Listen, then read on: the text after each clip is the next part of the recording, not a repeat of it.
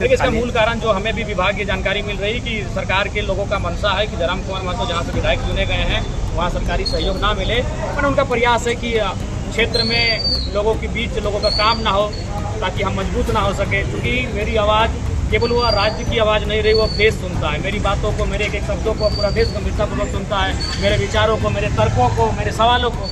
तो जिस कारण सत्ता हो चाहे कोई भी हो, जो राजनीति में बैठे लोग घबराए हुए हैं कि ऐसे अगर ऐसे युवा राजनीति में आएंगे तो उनका बोरिया बिस्तर बंद हो जाएगा।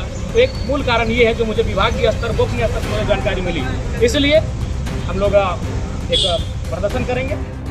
ये तय है 7 दिन के बाद हम लोग प्रखंड स्तरीय धरना प्रदर्शन करने जा रहे हैं। जो अनुमंडल में जो अधिकारी नहीं है, प्रखंड में जो अधिकारी नहीं है, इस मांग को लेकर और साथ ही कई दूसरी मांगों को लेकर हम लोग धरना प्रदर्शन करना। मूल रूप से प्रखंड विकास पदाधिकारी हैं, अनुमंडल पदाधिकारी हैं, वो सारी चीज़ प्रभार पे चल रहे हैं। जो उसके अलावा और 11 पद हैं जो डुमरी अनुमंडल और डुमरी प्रखंड में कार्यरत नहीं है, पद पे नहीं है, स्थापना नहीं हुआ है उनका। जनता दरबार से हमको लगता है आज 4 घंटा चला।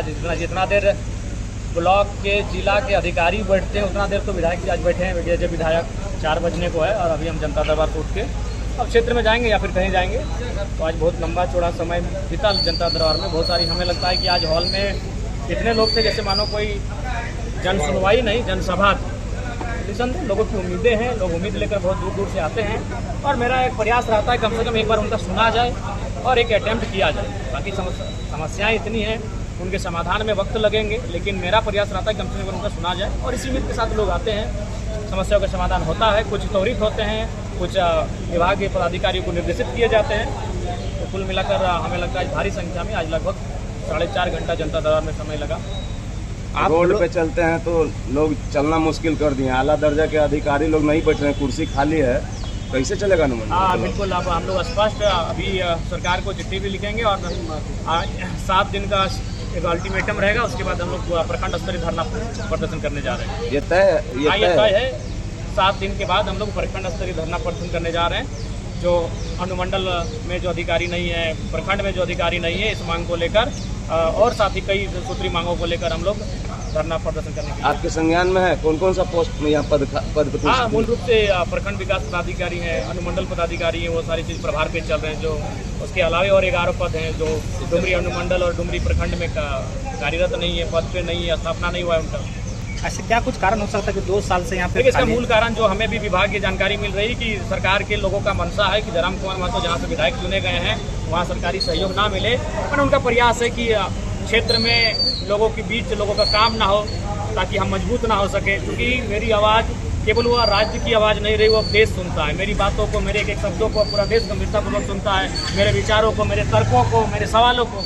तो जिस कारण सत्ता हो चाहे कोई भी हो, जो राजनीति में बैठे लोग घबराए हुए हैं कि ऐसे अगर ऐसे युवा राजनीति में आएंगे तो उनका बोरिया बिस्तर बंद हो जाएगा। तो एक मूल कारण ये है जो मुझे विभागीय स्तर, गोपनीय स्तर से मुझे जानकारी मिली, इसलिए हम लोग एक प्रदर्शन करेंगे और जोरदार प्रदर्शन होगा। तो धैर्य अब आक्रोश में बदल गया? जी, अब धैर्य की एक सीमा होती है। हम लोगों ने विधानसभा में 3 बार सवाल उठाया, चीफ सेक्रेटरी ऑफ झारखंड से मुलाकात की, उनको बाकायदा इन विषय वस्तु से अवगत कराएं। उसके बाद भी अगर समस्याएं, अगर पदाधिकारी नहीं रहेंगे तो काम कैसे होंगे? तो इसलिए हम लोगों ने ठाना है कि 7 दिन के बाद हम लोग एक बृहद आंदोलन की तैयारी करेंगे। तो आलोचक तो आपसे ये भी पूछ लेंगे कि आपके दायरे से बाहर हो गया क्या ये सब चीज़ें? नहीं, हमारे दायरे से कुछ बाहर नहीं है। कुछ चीज़ें सरकार के अधीन होती है, सरकार की मंशा होती है।